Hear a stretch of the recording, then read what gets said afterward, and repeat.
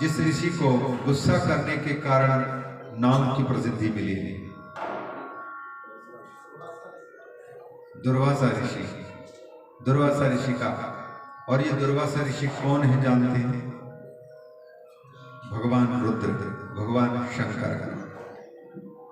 ये क्यों गुस्सा करते हैं? क्योंकि दुनिया को देखते हैं भगवान भोलेनाथ के इस रूप में हम सीधे साधे बने रहते हैं, तो सर्प भी सिर में चढ़ जा रहे हैं, भले वो अलंकार के रूप में है, पर सीधे साधे का व्यक्ति दुरुपयोग करता है। जिसको देखो वही कुछ का कुछ दुरुपयोग करने लग जाता है। इसलिए दुनिया को सीधे करना है तो कई कई बार जो है टेढ़े होना भी जरूरी है। तो भगवान शंकर दुर्वासा के रूप में अवतीर्ण होते हैं। इनकी कथा इस प्रकार से है, भगवान के नाभि कमल से ब्रह्मा जी का प्राकट्य हुआ और ब्रह्मा जी के पुत्रों में से अत्रि ऋषि एक पुत्र है। अत्रि का मतलब है जिनके जीवन में तीन हैं नहीं, न तो रजोगुण है, न तमोगुण है, न सत्वगुण है, अर्थात गुणातीत अवस्था को प्राप्त महापुरुष। और ऐसे तीनों गुणों को लांघ करके ऊपर गुणातीत अवस्था में पहुंच चुका हो, उसकी पत्नी होती है अनसूया। असूया कहते हैं दूसरों के गुणों में दोष देखने को। गुणेषु दोषाविष्करणम असूया, दूसरों के गुणों में दोष ही दोष दिखाई देना। जैसे चूहे को हमेशा छेद ही छेद दिखाई देता है, उसी प्रकार से दूसरों की अच्छाइयां नहीं दिखाई देती हैं, अच्छाइयों में भी केवल दोष ही दोष, बुराइयां ही बुराइयां दिखाई देती हैं। तो जिसको दिखाई देते हैं उसको तो नाम पड़ता है असूयु, और इस दोष को कहा जाता है असूया। ये असूया दूसरों की उन्नति या दूसरे की अच्छाई में जो बुराई का दर्शन ना करे, उस देवी का नाम अनसूया होता है। अनसूया माने किसी के कोई दोष न देखने वाली, गुणों में दोष न देखना। तो वो त्रिगुणातीत तीनों गुणों अवस्थाओं, सत्वगुण रजोगुण तमोगुण से ऊपर उठा जो व्यक्ति होता है, उनकी ही पत्नी किसी का दोष न देखने वाली होती है। लेकिन विडंबना ये हुई, अत्रि ऋषि की कोई संतान नहीं हो रहे थे, तो संतान न होने के कारण वंश परंपरा आगे नहीं बढ़ेगी, तो फिर ये अच्छा नहीं होगा। पिताजी ने हमको उत्पन्न किया है तो उसके वंश परंपरा को आगे बढ़ाने के लिए हमको संतान उत्पन्न करना ही चाहिए। यह सोच करके उन्होंने बहुत प्रयास किया, लेकिन संतान नहीं हुई। तो किन्हीं ने कहा कि देखो, भगवान की आराधना करो और भगवान कृपा करके तुमको संतान की प्राप्ति करा देंगे। अब कौन से भगवान की बोले? भगवान की, कोई भी भगवान की। तो आकर के ये निर्विंध्या नाम की नदी के तट पर आकर के अत्रि ऋषि भगवान को पुकारने लग गए, और पुकारते समय क्या कहते थे कि जो भी इस संसार में संसार का मालिक है, सबसे बड़े देवता हैं, वही कृपा करके मुझे दर्शन दें और अपने जैसे पुत्र मुझे प्रदान करें। इस प्रकार से तपस्या करते, यह एक ईश्वर कश्चित अविकारी महाप्रभु समय पुत्र वरम दद्यात् इति निश्चित मानसा। कोई भी ईश्वर है जो महाप्रभु है, दुनिया का संचालन करता है। हमको तो पता नहीं है कि कौन देवता है, कौन बड़े देव हैं सबसे, लेकिन जो भी हो वो कृपा करके हमको दर्शन दें और मुझे एक पुत्र प्रदान करें। तो इस प्रकार से जब कर रहे थे, बहुत समय व्यतीत हो गया, तो उनके सामने एक विशाल ज्वाला उत्पन्न हुई, अग्नि उत्पन्न हुई, और उसके उस अग्नि से चारों ओर आग लगने लग गई, और अग्नि ही अग्नि ज्वाला फैल गई, और सारे देवता आदि भी, ऋषि लोग भी, मनुष्य लोग भी त्राही त्राही मचाने लग गए, परेशान हो गए। तो मनुष्यों ने मिलकर के भगवान को, इंद्र को पुकारा, इंद्र देवताओं को लेकर के और ब्रह्मा जी के पास पहुंचे, और ब्रह्मा जी विष्णु धाम पहुंचे। ब्रह्मस्थानम यजो शीघ्रम तज्ज्वालाति पीडिताः नत्वा नुत्वा विधिं देवाः तत्स्वदुःखं न वेदयन्। और इसके बाद फिर विष्णु जी के पास पहुंचने पर इंद्रादि सब देवता विष्णु को साथ में लेकर के और शंकर भगवान के पास पहुंचे। और शंकर भगवान से प्रार्थना करने लगे कि प्रभु हमारी रक्षा करो, रक्षा करो। अब तीनों के तीनों लोगों के लोग जब परेशान हो गए तो फिर भगवान ने विचार किया कि इस ज्वाला से रक्षा करने के लिए हम क्या करें, इस ज्वाला को भी शांत करने वाला कोई चाहिए। तो उसी समय पर जाकर के रमानाथ नत्वा नत्वा विधि सुरई सुदुखम तत्समाचक्षु विष्णुवे नंतकम अंतकम मुने विष्णुश्च विधिना देवैः रुद्रस्थानम ययोद्रुतम हरम प्रणम्य तत्रैत्य तुष्टाव परमेश्वर स्तुत्वा बहुदया विष्णु सुदुखम च निवेदयत् सर्वम ज्वाला समुद्भूत मत अत्रिष्ट तमसः परम। सब तीनों देवता जब इकट्ठे हो गए, ब्रह्मा विष्णु और महेश, इन तीनों ने विचार किया कि इस ज्वाला से मुक्ति दिलानी है। और कोई तपस्वी इतने दिनों से तपस्या कर रहा है और पुत्र प्राप्ति के लिए प्रार्थना करता है कि कोई देव जो दुनिया का संचालन करने वाला प्रभु देव हो, मुझे दर्शन दे और मुझे पुत्र की प्राप्ति करावे। तो एक साथ दो काम इसके साथ हो सकते हैं, चलो हम तीनों के तीनों वहीं पहुंचे। तो जहां पर अत्रि ऋषि तपस्या कर रहे थे, तीनों ब्रह्मा विष्णु महेश सामने उपस्थित हो गए। अत्रि ऋषि देखे तीन देवताओं को तो पूछने लग गए कि मैंने जिसको पुकारा है वो उनमें से आप कौन है, आप तीनों में से कौन है जिसको मैंने पुकारा। तो ब्रह्मा ने भी, विष्णु ने भी और शंकर ने भी कहा कि आपने तो कहा था कि पृथ्वी के संचालक सबसे बड़े देव कौन है। तो हम तीनों के तीनों उपस्थित हो गए, हम तीनों ही देव हैं। तो बोले मैं तो एक को पुकारा था। बोले आप तीन दिखाई दे रहे हैं। तो बोले हम देखने में तीन दिखाई दे रहे हैं लेकिन एक ही है, एक ही व्यक्ति ब्रह्मा के रूप में, विष्णु के रूप में और रुद्र के रूप में विराजमान है। ये लोगों को हम दिखाई देते हैं अलग अलग और काम अलग अलग करते हुए दिखाई देते हैं, लेकिन हम तत्वतः एक ही हैं। इसलिए तुम्हारी इच्छा के अनुरूप हम तुम्हारे पुत्र बनकर के उपस्थित होने को आए हैं। यह वरदान देकर के भगवान तीनों के तीनों, ब्रह्मा जी तो चंद्रमा के रूप में प्रकट हो गए, विष्णु भगवान दत्तात्रेय के रूप में प्रकट हो गए और शंकर भगवान दुर्वासा ऋषि के। और इस अवतार का एक ही मात्र प्रयोजन है कि गुस्सा करके दुनिया को ठीक करना। जो लोग सीधे साधे का मतलब नहीं समझते हैं, उनके सामने क्रोध करके और उनको ठीक रास्ते पर लगा करके शाप दे करके, ताकि दुनिया डर करके रहे, ठीक रास्ते पर चले। और आज दिन तक जिस दुर्वासा ऋषि को शाप देने वाला और परम क्रोधी कहा गया, जिस पर इन्होंने क्रोध किया है और जिसको शाप दिया है,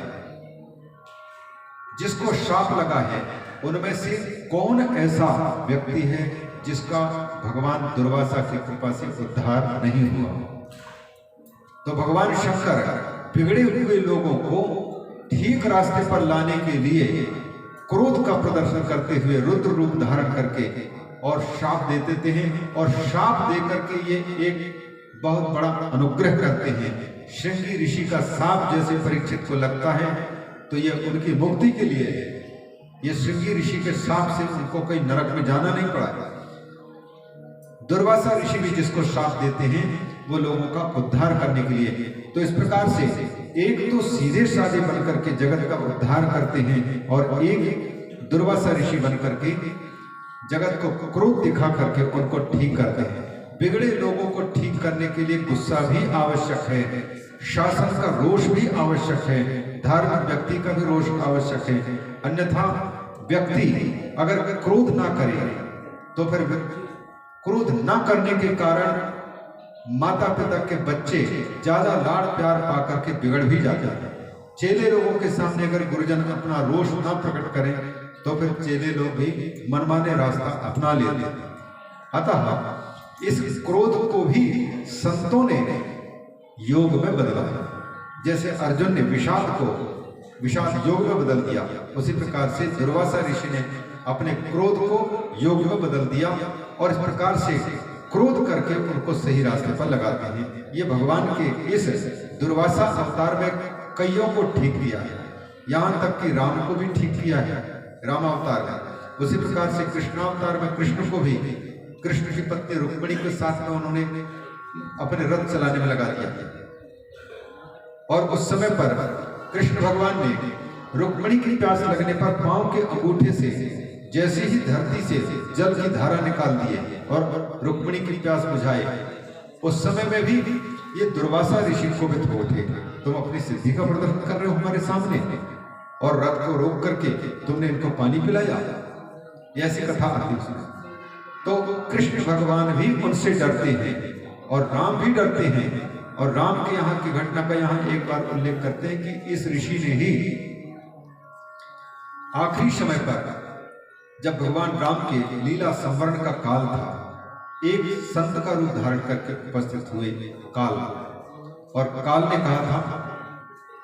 कहा था कि हम दोनों के संवाद के बीच में कोई व्यक्ति आना नहीं चाहिए। और उसी समय पर जाकर के दुर्वासा ऋषि अंदर प्रवेश करना चाहते थे, और जब उनको प्रवेश की अनुमति नहीं मिली थी तब उन्होंने रुष्ट होकर के और लक्ष्मण जी को कहा कि जाओ, ऋषि का आगमन हुआ है, सूचना दो। यदि नहीं देते हो तो पूरे अयोध्या और पूरे राम का राज्य हम भस्म करके रख देंगे। उस समय पर लक्ष्मण जी ने अपने आप के भस्म होने को उचित समझा, अपने आप को श्राप शापित होना उचित समझा, लेकिन भगवान के पास में जाने से कम अयोध्या तो बच जाएगी, प्रजा की रक्षा हो जाएगी, और मेरे सामने उपस्थित होने के कारण प्रभु के शाप को मिल जाए। और वो काल देवता जो संकल्प करके रखे थे, प्रतिज्ञा करवाए थे कि जो भी व्यक्ति यहाँ हम दोनों के बीच में वार्ता करते समय पर उपस्थित हो जाए, राम आपको उसको दंडित करना पड़ेगा। और राम ने वचन दिया था। अतएव राम जी के जीवन में भी ये परीक्षा हुई, मतलब धर्म की परीक्षा। राम जी जो ये कह चुके थे कि हम दोनों के बीच में यदि कोई व्यक्ति विक्षेप करेगा, बाधा उपस्थित करेगा, तो उसका हम या तो परित्याग करेंगे, उसको प्राण दंड देंगे। तो राम जी ने उसका परित्याग करके और फिर अपने धर्म का पालन किया था। तो धर्म के पालन करने वाले स्वयं धर्म के रक्षक के रूप में या धर्म संस्थापक के रूप में चाहे कृष्ण हो चाहे फिर राम हो, उनकी भी बहुत जबरदस्त परीक्षा ली है ये दुर्वासा ऋषि। ऐसे ऐसे बहुत से कथाएं इसमें आती हैं। तो दुर्वासा ऋषि के रूप में वो साक्षात भगवान शंकर हैं। अतः भगवान शंकर का एक नाम है मन्यु, माने क्रोध, रुद्र रूप धारण करने वाले। उसी प्रकार से समुद्र मंथन के अवसर पर भगवान शंकर जब जहर पान कर रहे थे, तो उस समय पर जहर तो पान कर गए, लेकिन उसके साथ साथ एक घटना घटी थी। भगवान शंकर ने जब यह सुना था कि अमृत पान कराया था भगवान विष्णु ने मोहिनी का रूप धारण करके, तो उस रूप को, मोहिनी रूप को देखने की जब प्रार्थना की, तो भगवान विष्णु ने मोहिनी का रूप धारण किया। मोहिनी का रूप धारण किया तो भगवान विष्णु की माया में ये दिखाना चाहते हैं कि भगवान शंकर जैसे अत्यंत योगी व्यक्ति भी भगवान की माया के सामने सिर देख सकता है। तो फिर साधारण लोग तो माया के अधीन हो जाएं, इसमें कोई आश्चर्य की बात नहीं। यह शिक्षा देने के लिए और उस लीला में सहायक बनने के लिए भगवान शंकर ने यह एक अद्भुत चरित्र दिखाया। मोहिनी के पीछे पीछे दौड़ लगाया, और दौड़ लगाते समय पर लीलाधारी भगवान शंकर जो कामी व्यक्ति हैं और जो संसार के नासमझ लोग हैं, उनको मोह में डालने के लिए और उनको संसार में भटकाए रखने के लिए एक विचित्र लीला की कि शंकर जी के शरीर का तेज भूमि पर गिरा, और ऋषियों ने भगवान शिव के तेज को व्यर्थ न होने दे करके और सीधे उसको उठा लिया, और उठा करके और उसको एक दोने में लेकर के सीधे सीधे ऋषियों के माध्यम से यह जो तेज था ले जा करके और भगवती जिनकी अंजना नाम की थी उनके कर्ण में स्थापित किया, और उसी के माध्यम से अंजना नंदन श्री हनुमान जी के रूप में भगवान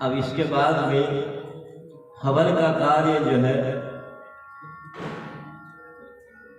करा जाए और उस कार्य को परिपूर्ण रूप से समाप्त करने की आप लोगों से आशा करते हैं। अभी आरती किया जाए। कर्पूर गौरम करुणावतारम शारम भुजगेन्द्रहारम सदा वसन्तं हृदयारविन्दे अहं भवानी सहितं नमामि।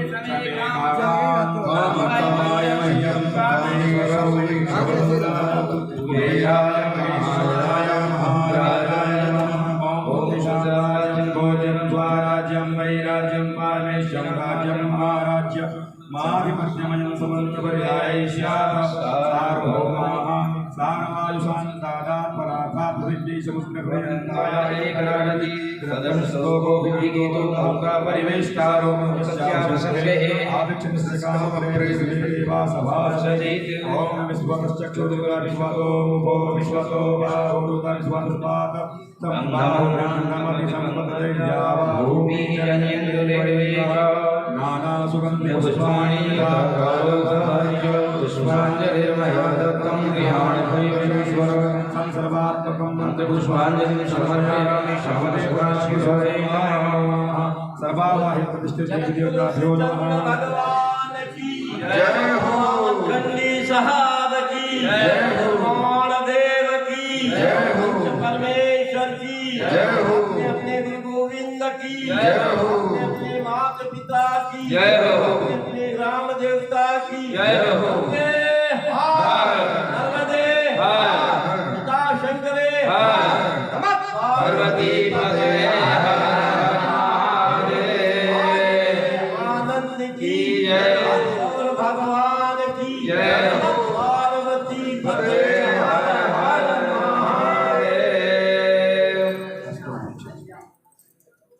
हवन के लिए तैयार हो जाए। हवन हवन लेट मत कर देना कल की तरह।